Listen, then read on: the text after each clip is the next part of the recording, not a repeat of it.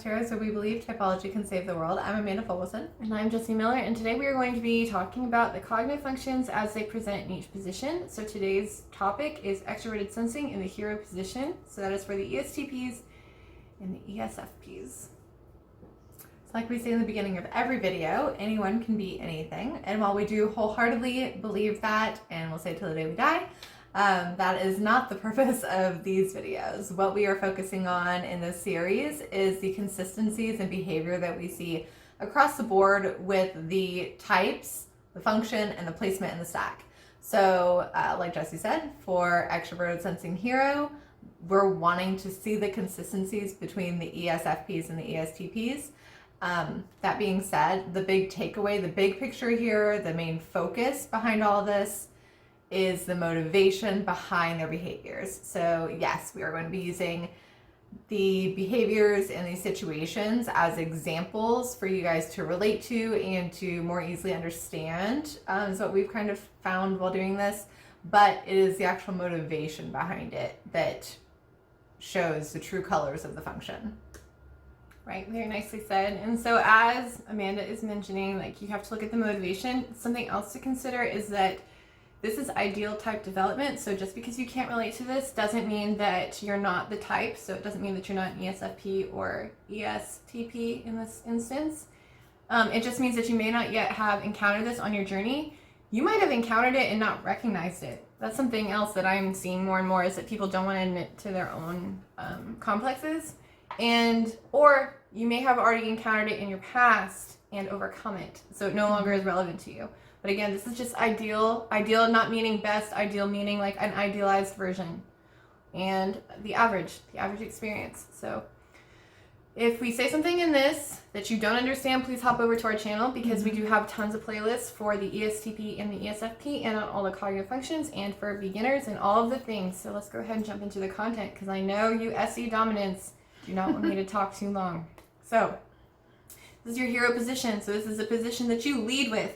It is the one that makes the most of your identity. It's the one where we get most of the behavioral stereotypes. That's why ESTPs and ESFPs can be a little challenging to tell the difference between, because this is the behavior that you see when you interact with them. And you can't always see their internal processing. And so you have a tendency to see them both very similarly if you have an SE dominant in your life. So this is how they lead. This is their guiding force. And extroverted sensing is a perceiving function. So sometimes these types can look introverted because they are so focused on the environment and not necessarily interacting with you. You can be a little much for them sometimes. So they look at an environment and they are interested in engaging, enjoying, and experiencing that environment. And that could be just looking at all of the detail. They are super grounded in this moment, and they are attached to time. They are the most attached to time, in my opinion, my very humble opinion. They are attached to existing right now, and what you see is what you get in the SE dominant. So behaviors of the extroverted sensing hero, and we should have said this in the beginning, but I have extroverted sensing as my inferior function, and Amanda has it as her 8th function. My demon function, for any of you who know all about that. So we will get there. We will talk about that. And if you're watching us like way in the future, we may have all of those videos produced already, but at this moment in time, July 2020, we do not. So, but we will. That is where we're headed. So extroverted sensing is something I am super fascinated by, but people want to do all of the action. So they get into a space and they want to experience that space. They are very good at adapting to the moment because they are not attached to ideas. So they make great people who respond quickly to things. So good at being pilots or any like high adrenaline sports or high adrenaline activity. They are super good at it because they're not so focused on their plan and bringing their plan into reality that they can just quickly switch, quickly experience the change that needs to happen. They also want practical and tangible experiences. So they want to do things that are hands-on. They like excitement, so they get really excited by new ideas. They get really excited by new things. And they can also quickly relate to objective facts. So you put a fact in front of an extroverted sensor, they will examine the fact and they will quickly relate to it And then they can drop it just as quickly if they don't incorporate it into their TI or their FI. They can be like, oh, that's interesting. And then later they'll be like, I don't really like that one. Versus the introverted types who take a little longer to, or who immediately approach a fact with more of a closed mind or a closed system. Mm-hmm. They are attuned to all the things going on. They are also emotionally expressive a lot of the time because they don't have a super great filter because they are so attached to the environment. When they learn something, they can explain things quickly and easily. There are not a whole lot of ESTPs that I've interacted with who are interested in typology, but the types, like, so I'm going to plug some people. The Flow State, his YouTube channel, he blows my mind with how simple he makes MBTI. Yes. No, I completely agree. Because, like, I have a tendency to overcomplicate times 1,000, and he's like, why? I don't understand why you don't. It's just this. It's just this. What are you doing? What are you doing, you dumb intuitive? Mm-hmm. Like, why are you overcomplicating? Mm-hmm. And he's never called me dumb, but I'm just saying, he's so right. Yeah. Like, and I have to also plug SP Spaz. Yeah. He's an ESFP YouTuber because they're both so good. And they're my buddies. They're so good at explaining MBTI to everybody else because it just makes sense. They also like quick tasks. They like tasks that can get accomplished quickly. They want nice things that are aesthetically pleasing to them. They're usually very individualistic because they are so focused on like this experience. And they like to learn things and solve problems quickly. Both of those things are very quick, learning things quickly and solving problems quickly. So those are all the things that they are good at. But just because they have this as their hero function or their leading function does not always mean it's a positive thing. So there is a condition, I guess, called heroic inflation. So intense. There's an experience you can have. Yeah. And it can happen to anyone, but it's called heroic inflation. And it is when you rely on your hero function to the detriment of your own functions. Now, in Carl psychology, whenever you experience a typically high emotion, so extreme sadness, extreme frustration, extreme anxiety, extreme depression, or extreme like aversion to something, it is usually it's always because you are having a shadow function or an inferior function come out to play. So if you are experiencing these things, sometimes what you have a tendency to do is lean harder into your hero function, and that is dangerous for you because it means you're not making the right decisions at times. Because when you are leaning into the hero function for extroverted sensors, that's extroverted sensing, that means that you are not using the functions that may be better at handling what you're encountering. So if you're experiencing it, like extroverted sensing is not good for all the things all the time. You need to have like a strong system within yourself to know what you feel or to know what you think. And so if you're constantly just experiencing the newness, if you're constantly just wanting to live in reality and not think about other possibilities, it can really limit you. And it might say like you just simply react without consideration for whether or not that's the right thing. And it can make you experience also sensory overload. Like too many things going on, and that can make you just overwhelmed with all the information. And then when all the sensory overload stops, like you have to be by yourself, it can actually lead to a kind of state of depression because all of that heightened emotional state is not there anymore.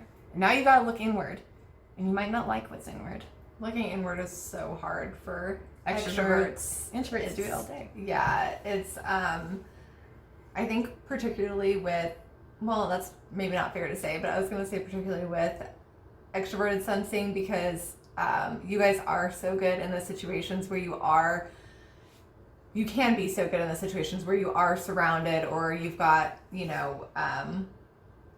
a lot of sensory stuff going on around you. Honestly, that can be such a positive experience for you guys, as well as a negative experience. But if there was anyone out there who could take in all the sensory details around them and enjoy the moment, it's probably you guys. And so for you guys to have to then stop all of it and introspect and basically ignore anything and everything else around you and just like drown it all out so that you can really figure yourself out, that's gotta be tough. That has got to be tough, but also necessary. So, with that in mind, what do they need to do? Lean in to really all of your functions. We want to be balanced human beings, and to do so, we have 2 extroverted functions and 2 introverted functions for a reason. We are created to be balanced humans. But part of this also looks like your inferior function. So make sure that, so you're on your SE is on an axis with NI, which is introverted intuition, and that's going to give you your purpose or your plan. You're going to be able to, one thing that we have heard from Extroverted Sensing, that specifically Jessie has heard from some people, is that they may have like a hard time planning into the future. At the same time, we've also heard that if they are tasked to do it, then they can obviously do it. So it's not that you guys can't do it. It's just maybe not as natural for you to do so because you are in the moment. So lean into that and know that you do have a function that's absolutely capable of helping you plan into the future and find depth in ordinary things. So just know that it is there and lean into it. And I know how hard it is because we just said this in our SE versus SI video, I think, is that you guys have trouble with the abstract. Yes. And so that's why the future is really challenging for you. It's because it's an abstract concept, but that doesn't mean you can't. Yep. It's right there for you. Yes. And society needs you to be healthy because you guys have so much to offer and you're just so good at being the hero. Like I always picture my dad is an ESTP, so I have a tendency to hardcore like idealize them because it's my inferior, so I'm in admiration, but I fangirl every single time because if you need a capable, a person to come in and save the day, you need an ESTP or an ESFP. I mean, my coworker was an ESFP. She left to go work for somebody else, but she was just, I don't know, just so down to earth and so grounded. And you guys have so much to give that heroic inflation of this moment is all that is can be your downfall. And I don't want to watch you guys go through that because you are incredible human beings. And being human is hard. Hopefully this makes it a little bit easier. Thank you for watching our video. Amanda, tell them what to do. Like, comment, subscribe, and share. And if you haven't already, go back and watch our very first video, Welcome to Typecast Heroes. That is where we go into depth about who we are, why we started TCH, where we've been, where we want to be, and all about the project that we are doing right now. So if you have watched that and you're interested in being interviewed, then drop a comment below or message us on Facebook, Instagram, Reddit, or Discord, and we'll get you set up. Thanks for watching. Bye. Let's gather around the type fire and sing our type fire song.